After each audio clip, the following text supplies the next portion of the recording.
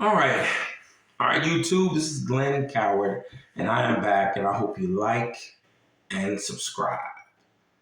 I'm up to like 516, I believe. I have, let's say, another 484. I think my math is correct. Yeah, I think it's 84. Yeah, so I need 484 of y'all to like and subscribe. So please, like and subscribe. Leave comments. I like to get a good interaction with people out there, of my subscribers. And give me some ideas to talk about. I want to talk about life and death in Jehovah's Witness. If you've been raised or you've been around Jehovah's Witness faith, the life and death situation or struggles we've had internally. I'm gonna give you an example. I've been to a couple of funerals, and I've seen how the people react to the procession. And I was sitting in the church and watching the people, and I'm not going to say acting, but they really were remorseful. The people would, had died, and they were, crying and just like, going to pieces. And I'm sitting back like, wow, I never felt that. I felt a little envious because I couldn't feel it. I went to funerals for my family who were raised witnesses like me, and it was, I can't describe it. It's like robots. We all sat there. They had to talk, and it might have lasted 30, 35 minutes. And then we went out to the gravesite. Matter of fact, it was my cousin.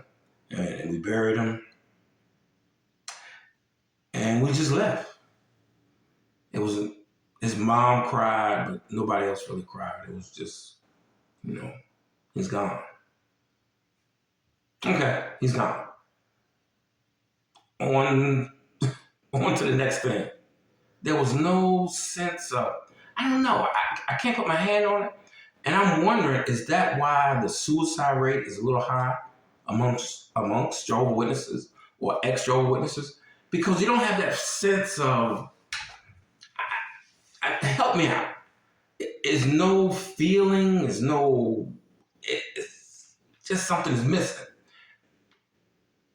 And I sit and think about it. When we were little bitty kids, and you learn to act like the Jehovah's Witnesses are, act like your fellow Jehovah's Witnesses. When someone is disfellowshipped or someone is shunned or someone is disassociated, you treat them like they're dead. You don't speak to them. They walk right by you. Hey man, you're not a witness anymore. F you basically.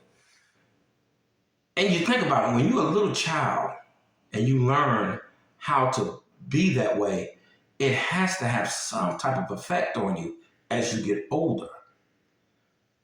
When you're in a relationship, you have a boyfriend or girlfriend, and you have a disagreement, you can cut them off and think nothing of it.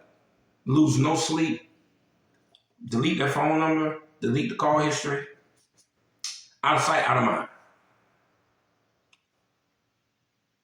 mind. It's something about when you're raised a Jehovah's Witness, you lose touch with reality. And when I say that, you think about, they used to teach us when we were younger, maybe when I was 8 to 12, 8 to 13, you start being taught that you have to basically say it, you're not going to die. When I say you're not going to die, if it's not like, you get sick or, you get in an accident or whatever, but if you go through the natural progression of life, that you live to 70, 80, 90 years old, maybe, that you're really not going to die. And we believe that. As kids, we believe probably graduating, and I'm only 56, so I graduated in 84. In the 70s, we believed that we probably wouldn't graduate, let alone get married, have kids, and maybe our kids having kids and we be grandparents. Oh, we would start laughing at you. And that's the mindset of Jehovah's Witnesses in the late 60s, 70s, and probably a little bit in the 80s. They didn't think about life after probably 30, 25 or 30. We thought the system would be over. It'd be here. We'd be in a new order. We'd be cleaning up. We'd be learning, the new scrolls would be opened up, and hey, we learned these different things. That's what we as witnesses thought. Now, I wonder, a lot of you out there that's in your late 40s, 50s, 60s, maybe early 70s, what do you think about your life now? You didn't worry about 401k. You didn't worry about retirement, or you didn't think about retirement. You didn't try to further your education because you thought the system would be over. And now that everything is so expensive, it's very pertinent that you have a 401k. Because if you're just living off SSI or retirement, you can't make it. You can't make it. And all because of these quacks telling you that don't worry because the end is coming. Jehovah gave us a mind. There's nothing wrong with serving him, but prepare yourself for your life. Prepare yourself for the betterment of your life. Why didn't they teach that? I wish I could just go and strangle them and say, listen, you're telling people not to prepare for the future. There's nothing wrong with saying, look, be prepared that the end might come and you might go into the new order.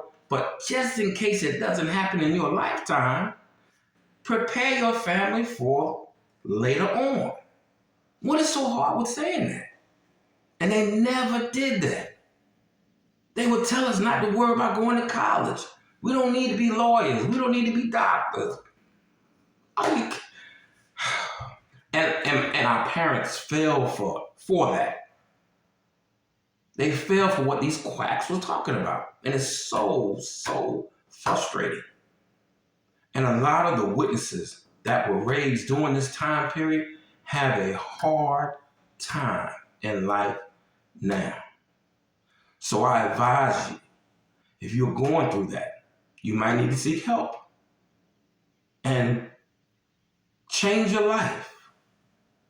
I'm not saying don't serve God and forget Jehovah and all of this, but you gotta prepare your life. Don't let your kids make the same video because I lost sound for a second.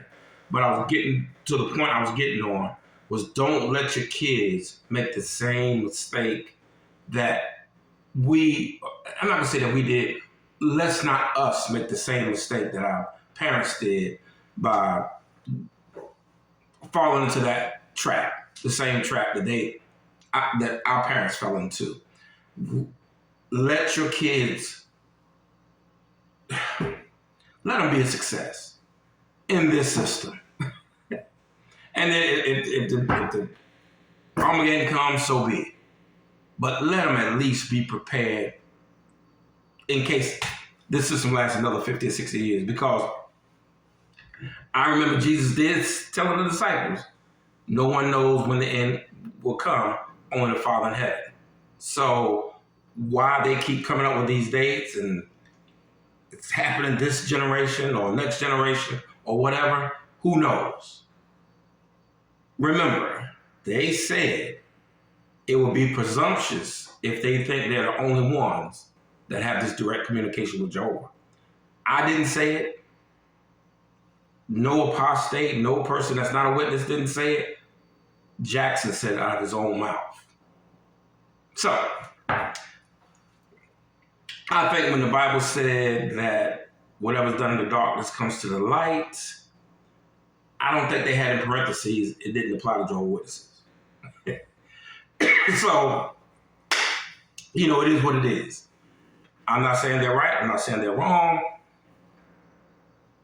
But they have been wrong the last 6, 7 times on these dates that they keep coming up with, that Jesus Christ said we don't know, so why you keep coming up with these dates, your guess is as good as mine.